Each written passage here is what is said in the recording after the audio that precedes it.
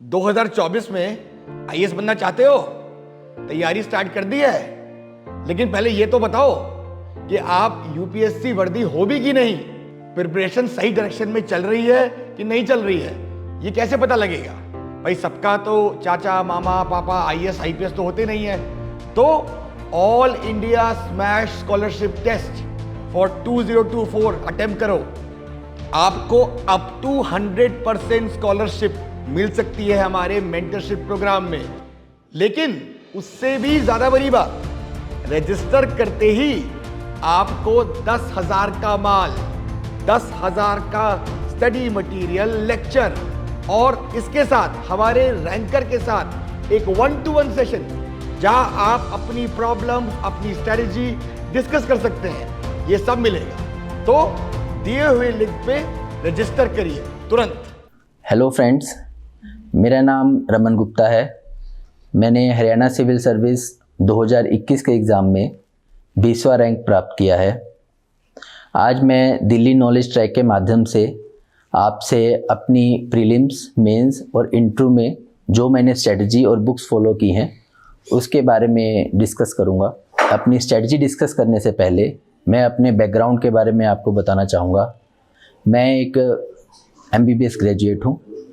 मैं अपनी प्रिपरेशन के दौरान वर्किंग प्रोफेशनल हूँ। मैं सेंट्रल गवर्नमेंट में मेडिकल ऑफिसर हूँ और ड्यूरिंग द एग्ज़ाम प्रिपरेशन मैं अपनी जॉब में ही था। तो मेरी तैयारी की एक मेन स्ट्रेटजी ये भी रही है कि मैंने जॉब के साथ एग्ज़ाम की तैयारी की है और वो मैंने कैसे अपनी स्ट्रेटजी में इनकलकेट की। तो हम बात शुरू करते हैं पहले बुक्स से। प्रीलिम से और मेंस के लिए और इंटरव्यू के लिए मैंने अलग अलग जो बुक्स फॉलो की हैं, मैं उसके बारे में एक ब्रीफ इंट्रोडक्शन दे देता हूँ। पहले हम जनरल स्टडीज़ से शुरू करते हैं। जनरल स्टडीज़ के प्री और मेंस के लिए मैंने एक ही बुक्स को फॉलो किया है। सेम बुक्स को मैंने प्री ऑब्जेक्टिव और मेंस सब्जेक्टिव तरीके से फॉलो किया। हम अगर ब्रॉडली सब्जेक्ट्स की बात करें तो जनरल स्टडीज़ में मेनली 7 सब्जेक्ट्स आते हैं: history, art and culture, geography, environment, economy, constitution and polity, और जो 7th है वो करंट अफेयर है। तो हिस्ट्री में मेनली NCERT बुक्स हैं 6 to 12। मेनली मेरा फोकस 11th और 12th की NCERT पे ही रहा है, क्योंकि वर्ल्ड हिस्ट्री सिलेबस का पार्ट नहीं है तो आप उसको छोड़ सकते हैं। उसके अलावा बिपिन चंद्रा की जो हिस्ट्री की बुक है इंडिया सिंस इंडिपेंडेंस, आप वो फॉलो कर सकते हैं। हिस्ट्री के बाद ज्योग्राफी में मैंने सिर्फ NCERT 6 to 12th he follow की है। 6 to 12th में भी mainly 9th to 12th NCERTs पे मेरा मेन फोकस रहा है। ज्योग्राफी के बाद हम आते हैं इकोनॉमिक्स पे। इकोनॉमिक्स में macro economics of India NCERT books को मैंने फॉलो किया। उसके अलावा इंडियन इकॉनमी की जो बहुत इंस्टीट्यूशन की, कोचिंग इंस्टीट्यूट्स की जो बुक्स हैं वो आप फॉलो कर सकते हैं। मैंने श्री राम के जो इकोनॉमी के नोट्स हैं मेनली उनको फॉलो किया है, जो इंडियन इकॉनमी और बेसिक इकॉनमी का मिक्सचर है। इकोनॉमी के बाद आर्ट एंड कल्चर में मैंने मेनली NCERT, 11th क्लास में इंडियन आर्ट एंड कल्चर की NCERT है, वो आप फॉलो कर सकते हैं। इसके अलावा किसी कोचिंग के नोट्स या फिर कोई बुक्स की अच्छी कंपाइलेशन आप मार्केट से ले सकते हैं। एनवायरनमेंट में मैंने शंकर की बुक को फॉलो किया है, डेडिकेटली मैंने शंकर को पूरा पढ़ा है। सभी फैक्ट्स को भी मैंने उसी बुक से ही फॉलो किया है। कॉन्स्टिट्यूशन में लक्ष्मीकांत, वो हमको कंप्लीट पढ़नी है और अपने न्यूज़पेपर से हमको अपडेट रहना है। जो भी न्यू लॉज हैं, जो भी न्यू बिल्स हैं या डिबेट्स या डिस्कशन के इश्यूज़ हैं, उससे अपडेट हम रह सकते हैं। उसके बाद हम बात करते हैं करंट अफेयर की। तो करंट अफेयर को आप, newspaper is the main source. मैंने अपनी प्रिपरेशन के दौरान इंडियन एक्सप्रेस न्यूज़पेपर को फॉलो किया है। उसके अलावा कोई भी आप कंपाइलेशन, मार्केट में बहुत अलग अलग तरह के कंपाइलेशन है, कोचिंग के इंस्टीट्यूट्स के नोट्स हैं या फिर कोई भी अच्छी कंपाइलेशन है। आजकल न्यूज़पेपर्स भी कंपाइलेशन हिंदू, इंडियन एक्सप्रेस अपनी अलग से पब्लिश करते हैं, आप उनको फॉलो कर सकते हैं। वो मंथली या ईयरली बेसिस पे आप फॉलो कर सकते हैं। मैंने पर्सनली ईयरली बेसिस पे करंट अफेयर की कंपाइलेशन को फॉलो किया है।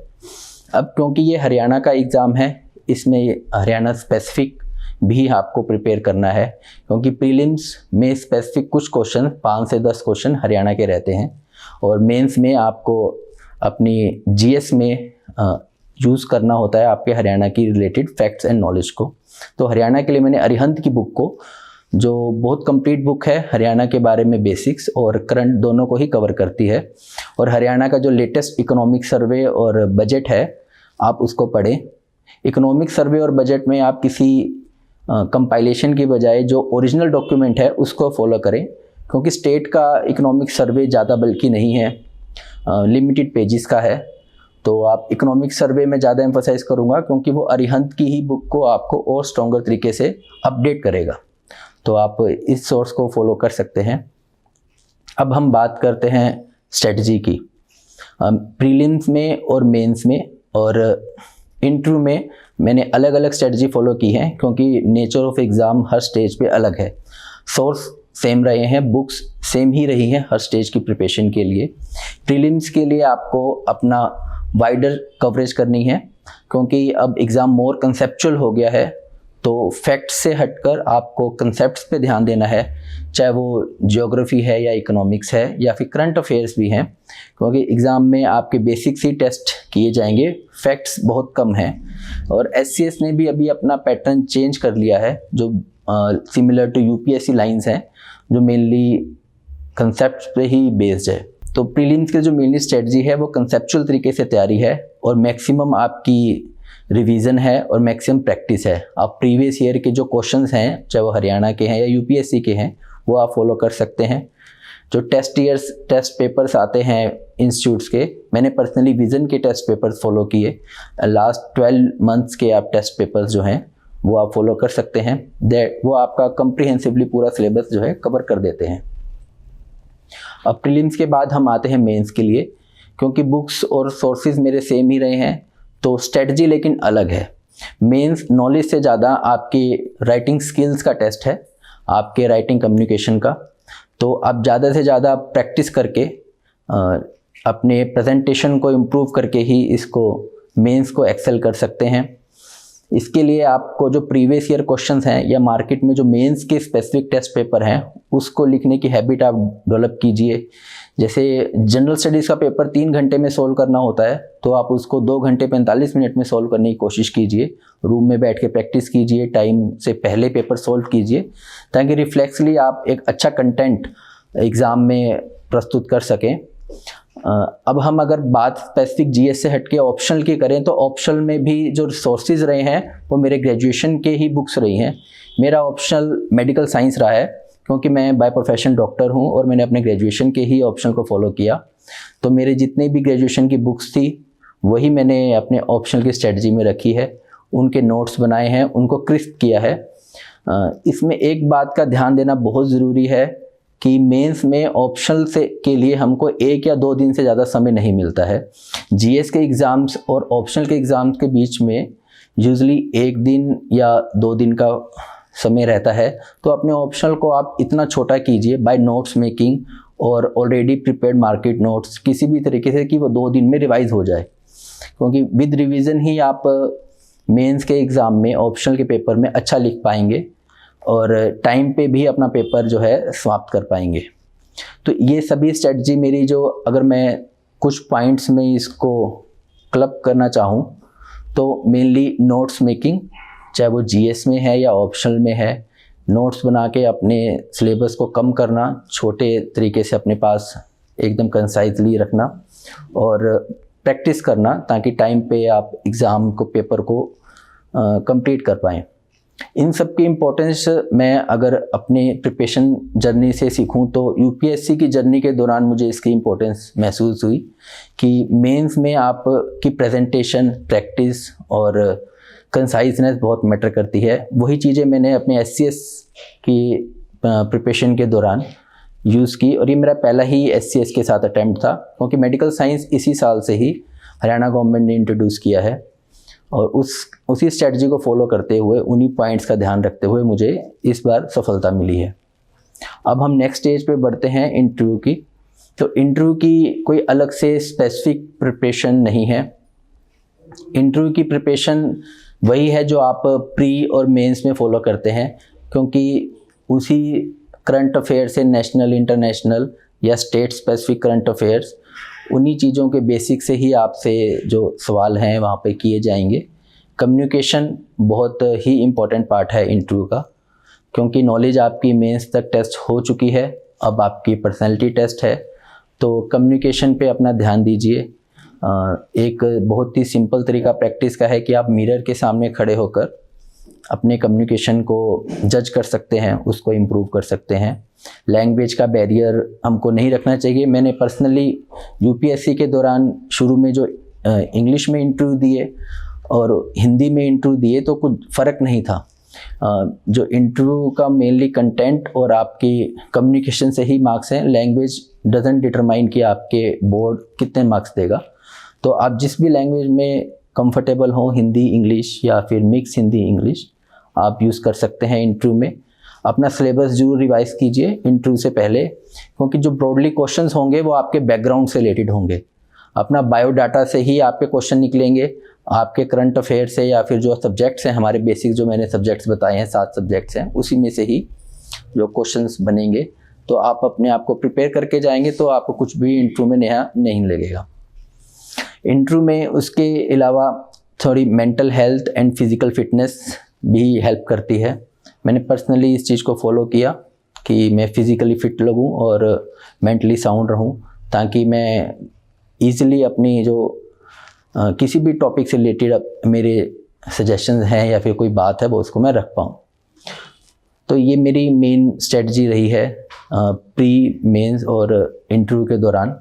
इसमें क्योंकि एससीएस का एग्ज़ाम हरियाणा से स्पेसिफिक है, तो मैंने अपनी हर प्रिपरेशन में हरियाणा के कंपोनेंट्स को, चाहे वो प्री में है चाहे मेंस में है, इंक्लूड किया है। मैंने हरियाणा की जो बुक है अरिहंत, उसके शॉर्ट नोट्स बनाए हैं, उसको बहुत ही क्रिस्प तरीके से लिखा है ताकि वो एग्ज़ाम से जस्ट पहले पूरी रिवाइज हो सके। और हरियाणा के जो फैक्ट्स हैं वो चाहे इकोनॉमिक सर्वे से आपने लिए हैं, चाहे अरिहंत से लिए हैं या बजट से लिए हैं, आप उसको भी एक कंसाइज प्रिपरेटरी फॉर्म में बना सकते हो ताकि उनको प्री मेंस में आप इस्तेमाल कर सको। मेंस में स्पेसिफिकली ये बहुत हेल्पफुल होते हैं और कई बार सीधे फैक्ट इंटरव्यू में भी पूछ लिए जाते हैं। तो इंटरव्यू में और मेंस में ये हरियाणा रिलेटेड स्पेसिफिक तैयारी बहुत आपके यूज़ आती है। तो ब्रॉडली यही मेरी जर्नी रही है। मेरा मेन फोकस जीएस के साथ ऑप्शनल पे रहा है। इसके अलावा अगर हम बात करें, हम मेंस में स्पेसिफिकली हिंदी और इंग्लिश के ऊपर बात कर सकते हैं। हिंदी में मैंने राघव प्रकाश की हिंदी की बुक फॉलो की है और इंग्लिश में नीतू सिंह की बाईलिंगुअल बुक आती है। वो हिंदी और इंग्लिश की मिक्स बुक है। जो ग्रामर पार्ट है वो आपको बहुत ही सरल तरीके से हिंदी और इंग्लिश दोनों भाषाओं का इस्तेमाल करते समझाया गया है। तो नीतू सिंह की आप इंग्लिश की बुक और राघव प्रकाश की हिंदी की फॉलो कर सकते हैं। हिंदी इंग्लिश में भी ग्रामर पार्ट को आप मेन एम्फोसिस दे सकते हैं ताकि आपके मार्क्स जो हैं बहुत इम्प्रूव हो और आप एज ले सकें, क्योंकि इंग्लिश में 100 में से 30 नंबर डायरेक्ट ग्रामर के हैं और हिंदी में 100 में से 25 नंबर हैं। इसके अलावा ऐसे राइटिंग है जिसकी आप प्रैक्टिस कर सकते हैं, क्योंकि ऐसे राइटिंग इसमें यूपीएससी के मुकाबले कम एम्फोसाइज है। 30 नंबर का ही ऐसे आता है जिसको आप इजीली प्रैक्टिस करके अच्छे तरीके से प्रस्तुत कर सकते हैं। तो हिंदी इंग्लिश मुझे लगता है कि एक एज है, क्योंकि कैंडिडेट्स कई बार इसको हिंदी इंग्लिश को उतने सिंसियरली फॉलो नहीं करते। अगर आप हिंदी इंग्लिश को अच्छे से फॉलो करें तो एक एज बना सकते हैं। हिंदी इंग्लिश और ऑप्शनल ही हैं जो आपको बाकी कैंडिडेट से एक्स्ट्रा मार्क्स दिलाने में मदद करेंगे। तो ये मेरी कुल समराइज एक जर्नी रही है जो यूपीएससी से शुरू हुई है और एससीएस तक एक्सटेंड की है। और यूपीएससी की ही मेरी गलतियों ने, मेरी प्रिपरेशन ने मुझे सिखाया है जो मैंने एससीएस में मिस्टेक्स अवॉइड की हैं और एक मैं अच्छा रैंक पाने में कामयाब हुआ हूँ। फाइनली अगर मैं समराइज़ करूँ अपनी पूरी जर्नी को, अपनी स्ट्रेटजी को, तो वो 3 पॉइंट्स में समराइज हो सकती है। First is the notes making. What ever you read, make it crisp notes which are readily available. Second is the practice. You do as much practice as required to attain a good marks. Or third is the have your faith and confidence in yourself. Even अगर आप आपको लगता है कि आप desired result नहीं ला पा रहे हैं, आप लगातार प्रैक्टिस करते रहिए, फाइनली यू विल अटेन जिस मार्क्स पे, जिस एक्सीलेंस पे आपको पहुंचना है। यही मेरी फ्यूचर जो भी एस्पिरेंट्स हैं उनसे मेरी एडवाइस रहेगी कि वो इस स्ट्रेटजी को फॉलो कर सकते हैं। दिल्ली नॉलेज ट्रैक में जो वीडियोस हैं, हर कैंडिडेट की जो भी सक्सेसफुल हुए हैं, सब ने अपनी अपनी स्ट्रेटजीज़ को डिस्कस किया है। उन स्ट्रेटजीज़ में सबकी कुछ यूनिक हैं, जैसे मेरी स्ट्रेटजी में भी कुछ अलग हैं, उन सबको आप फॉलो कर सकते हैं। मैंने भी दिल्ली नॉलेज ट्रैक की बहुत वीडियोस देखी हैं जिसमें से मैंने कंटेंट निकाला और अपनी स्ट्रेटजी प्रिपेयर की कि मुझे सबसे ज़्यादा क्या सूट करती है, और वो मुझे बहुत हेल्प मिली है उससे। तो thank you and wish you all the best to the future aspirants.